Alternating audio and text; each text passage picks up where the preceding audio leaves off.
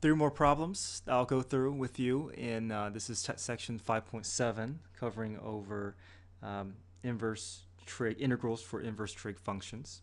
So I'm going over 31, 33, and 35 in this video.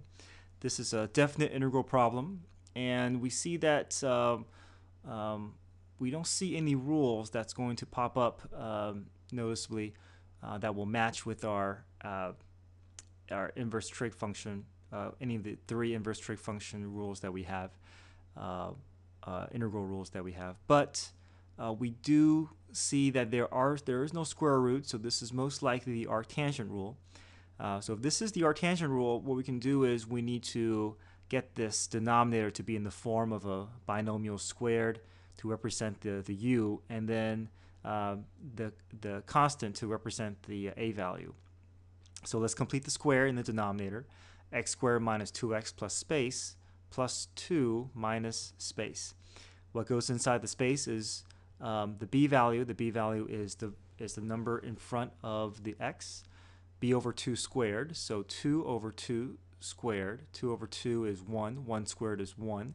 So put 1 in both of the spaces here. We have to maintain balance with our expression. So whatever we add to force something to factor, we also need to make sure we subtract it on the other end because we don't want to change the value of this expression.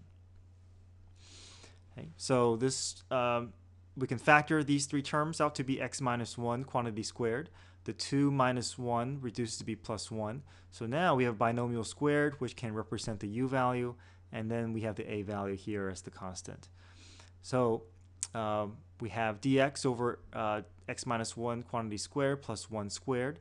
So we have the u value being x minus 1. We have the a value being 1. We go through our derivative for u, which is 1. Make our substitutions. Dx gets replaced with du, and we have our u squared and a squared. And I accidentally wrote the du here twice. Okay. And now we can find apply the integral rule. The integral rule is simply arctangent 1 over a, arctangent of u over a. And our a value, let's go ahead and replace, but the u value we're going to keep because we do want to evaluate our upper and lower bounds.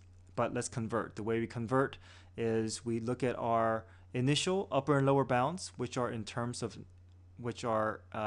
x, and we have to convert it to be in terms of u. So we're going to use this to convert.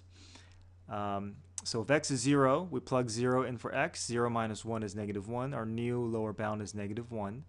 Plug 2 in for x. 2 minus 1 is 1. So our new upper bound in terms of u is 1. So upper bound first. 1 goes in for u. So we get arctangent of 1. Next, plug in the lower bound. Well, don't forget there's a minus. Now plug the lower bound in for u. Arctangent of negative 1. So tangent is equal to 1 at pi over 4. Tangent is equal to negative 1 at negative pi over 4. So the two negatives combines to be a positive. So pi over 4 plus pi over 4 is 2 pi over 4, which reduces to be pi over 2.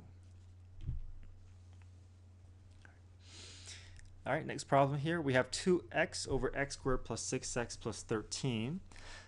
This looks like this may be an arctangent rule, so let's go ahead and try to get this to be in the form of a binomial squared plus a constant squared.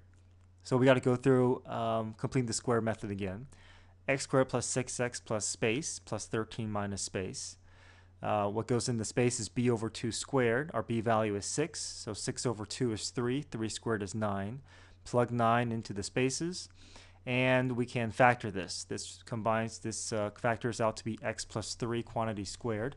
13 minus 9 is 4.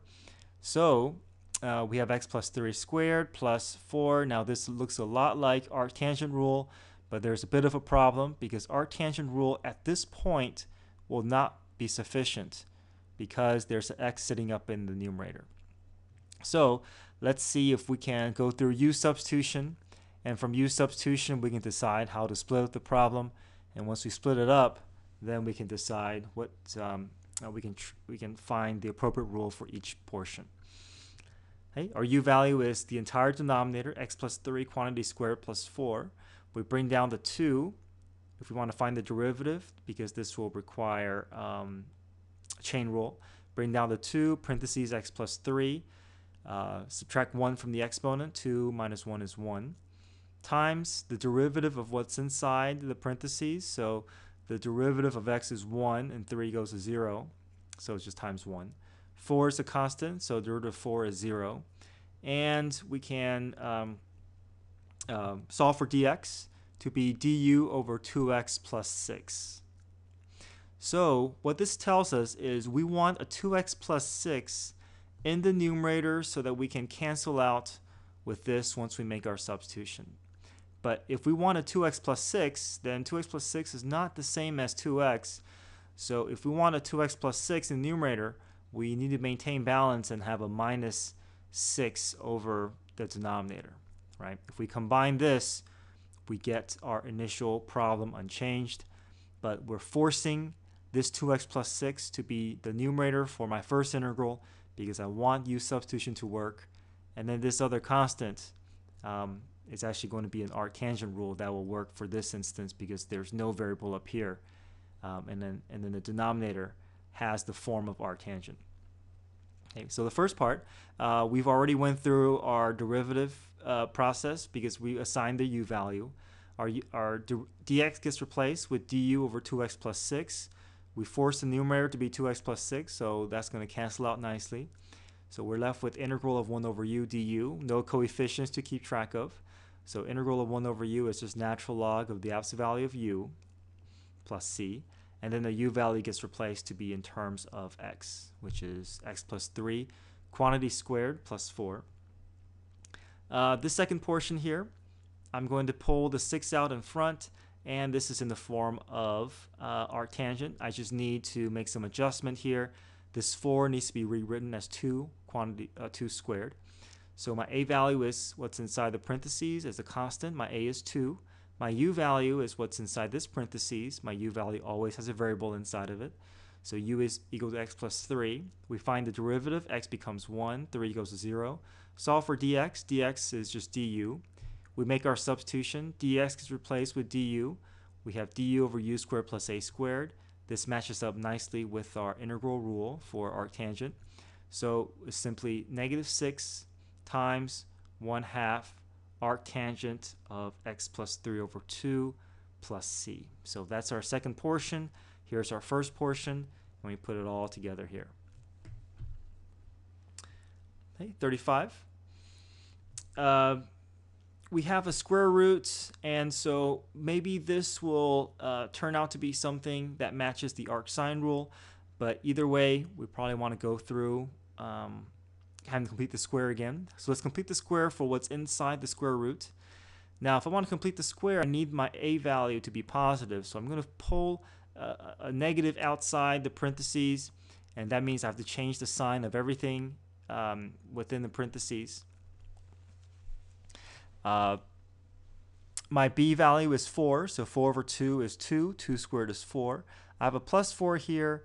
I need a minus 4 here as well, but this positive 4 is actually a negative because there's a negative outside the parentheses. So if I have a negative 4 out here, then I need a positive 4 over here.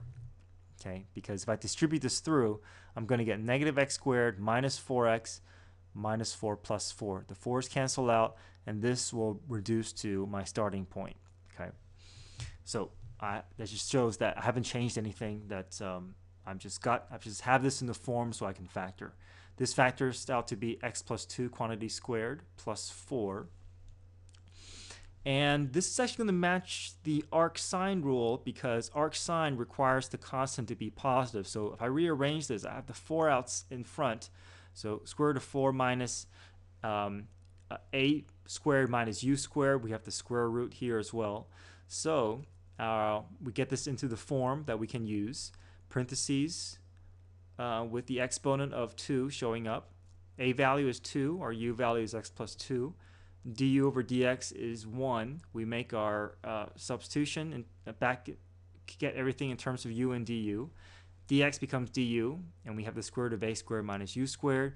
And this matches up nicely with the arc sine rule, which is simply arc sine of u over a plus c.